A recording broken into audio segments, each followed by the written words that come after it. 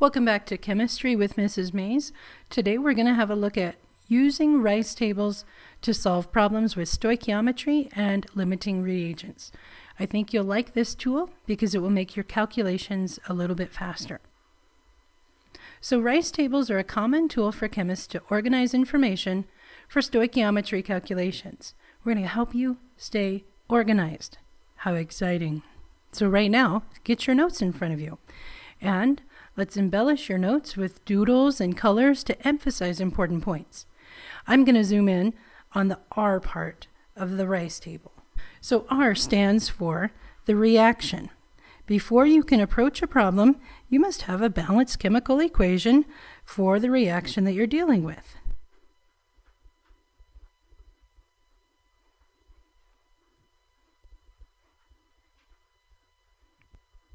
That's always a good starting place for a stoichiometry problem. The next step in a rice table, of course, is the I part. I comes after R. I stands for initial conditions.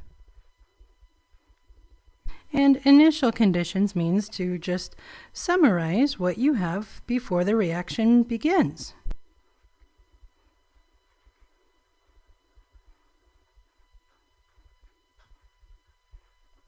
After I comes C for the rice table, R-I-C. C stands for change. During a reaction, the amounts are going to change. So first, we will remove reactants as they get used up. And of course, as the reactants get used up in the reaction, products are being formed. So we will need to add products as they form. That's what's changing in the reaction. Reactants go down, products go up. Finally, we have the end conditions. E stands for end conditions. So at the end of the reaction, what's left? If you are having a hard time staying in this little tiny box in your notes, don't worry about it. My writing didn't always fit exactly in the box either. Make it your own. Make your notes in such a way that it makes sense to you.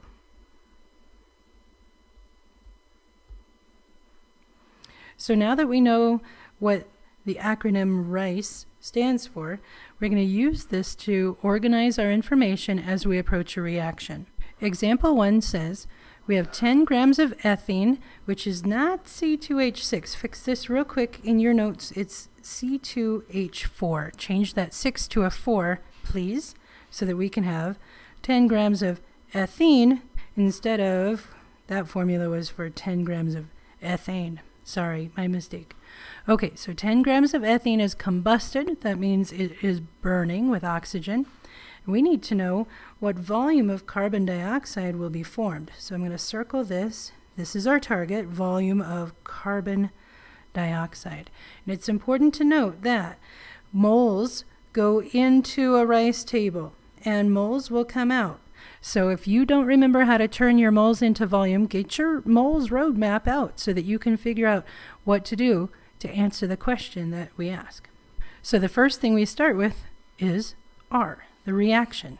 So write a big R, and then next to that we're going to write a balanced equation for the combustion of ethene. So we have C2H4 combining with oxygen, because it's burning, can't burn without oxygen, and every combustion of a hydrocarbon makes carbon dioxide, and you remember what else?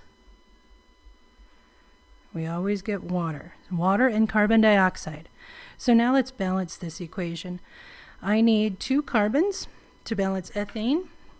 So I get 2 carbon dioxides to make that work. And I need 4 hydrogens, so I need to adjust the water on this side to make 4 hydrogens. Now total up the oxygens. There's 4 in my carbon dioxide and 2 in my water. So I have 6 total oxygens. On this side we need a multiplier of 3 to make that all work out. Okay, now we have a balanced equation. The R step is done. The next part is the I step. I stands for the initial conditions in our reaction. Initially, we're told we have 10 grams of ethene. That amount's going down here into our chart. So for ethene, I have 10 grams. And that decimal at the back means count 2 sig figs in your calculations. We won't round until the end anyway. Then oxygen doesn't have an amount listed. But for carbon dioxide and water, I know those amounts are 0. How do I know that?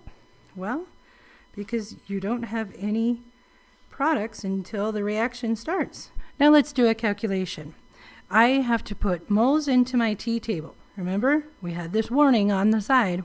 Moles are going in the T-table. So I need to turn my grams into moles. Let's just work that out real quick. 1 mole of ethene weighs, 12 for each carbon, and 1 for each hydrogen makes 28 grams altogether. So my moles of ethene is 0.625 moles. And I don't have any moles of anything else to calculate, so that step is finished. Initially, we have 0.625 moles of ethene, and it's going to completely be burned. The next step is C, the change. So what's changing here? Well, I know that I'm going to lose, let me write my C.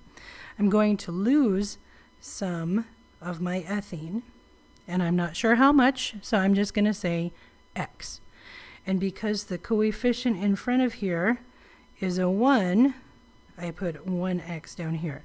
So for every mole of ethene I lose, I will also lose 3 moles of oxygen because of this coefficient. The mole ratio says for every 1 mole of ethene, I must use 3 moles of oxygen to burn it.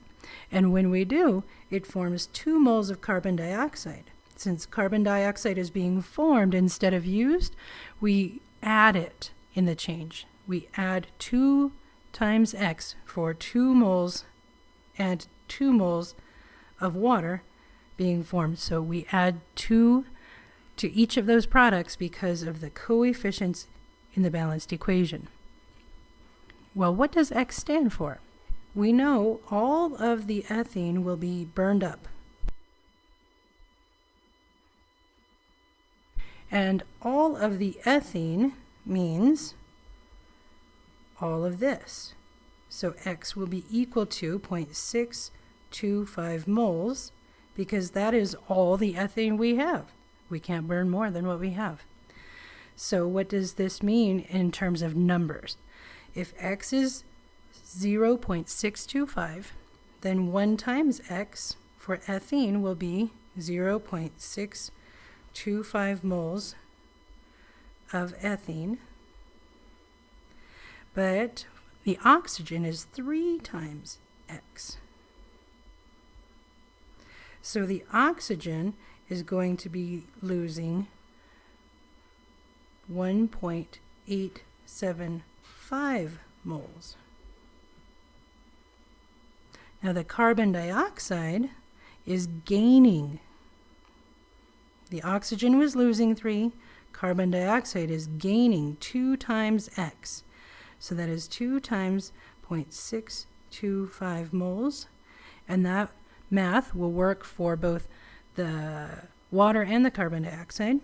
2 times that number gives me 1 point. So I'm gaining this, not losing this. 1.25 moles of CO2, and I will gain 1.25 moles of water because those are both my products. So now I know what the change is. I'm on to the last step. Our last step is the end conditions. Here's what we'll do. Add the initial row plus the change row.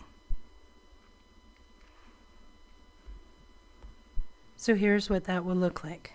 if I have initially 0.625 moles of ethene, that's from the initial row, and my change row says negative 0.625, then we end up with 0 moles of ethene left over.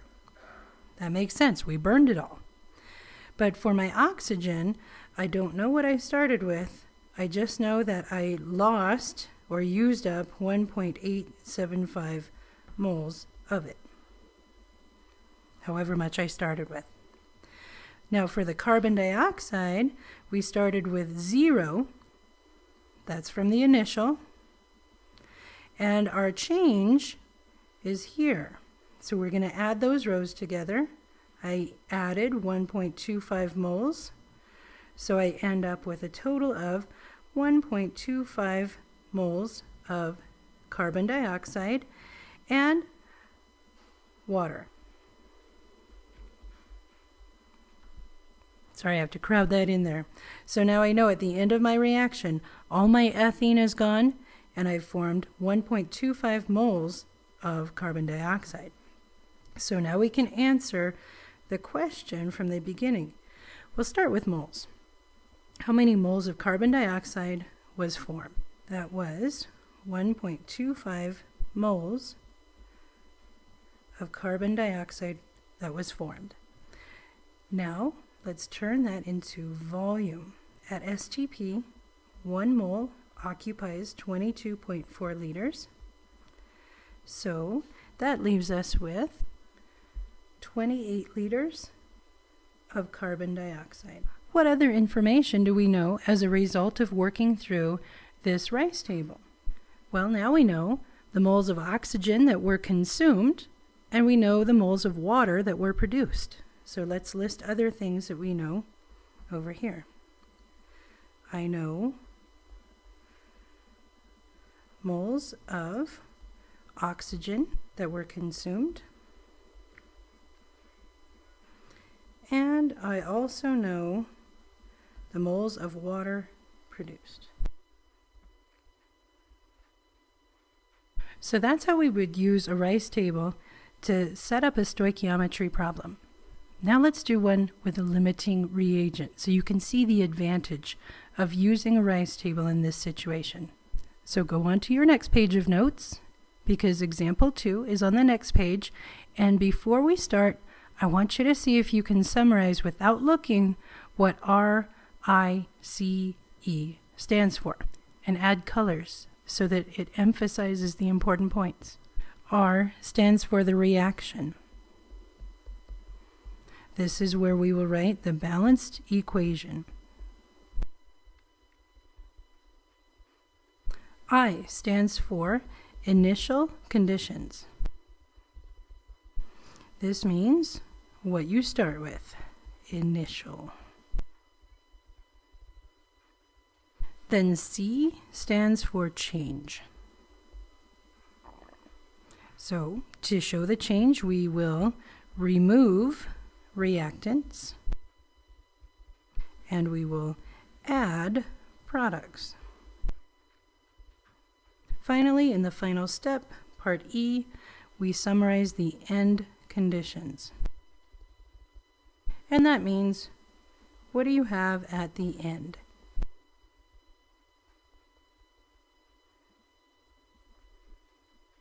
So let's start example 2 by writing the reaction. It's the same as the reaction we did on the last example, so we'll start with a balanced equation with combustion of ethene, forming carbon dioxide and water. We already balanced this before, so we had a 1, 3, 2, and 2. Remember the 1 here is implied, but I'll go ahead and write it in so we don't forget to include that in the initial conditions.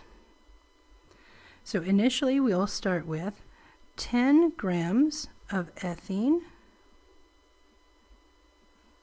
and we have another starting amount, 50 grams of oxygen. That's how we know this is a limiting reagent problem, because I have 2 starting amounts. That usually means you have to do 2 tea tables.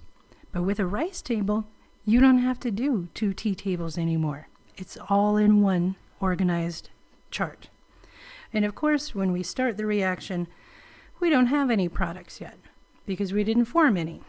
So before we move on, let's convert our grams to moles. So I had 10 grams of ethene. That weighs 28 grams.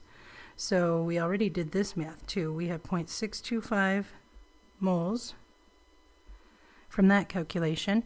And oxygen is diatomic, so 1 mole of oxygen weighs 32 grams. And 50 grams of oxygen will be 1.56 moles. So these are moles of oxygen. These are our moles of ethene. And of course, we don't have any moles of carbon dioxide or water yet because we didn't do our reaction yet. Now, as the reaction proceeds, what's going to change? Well, because of our mole ratios, we know we get to lose 1 mole of ethane for every 3 moles of oxygen that get used up. And as those reactants are used up, 2 moles of carbon dioxide form. So we add 2x there. And 2 moles of water will also form. So we add 2x there. Now we have a dilemma. Which x do we use in this situation? Are we going to use the ethane x, or are we going to use the oxygen x? Well, the answer is we're going to use whichever one is smallest.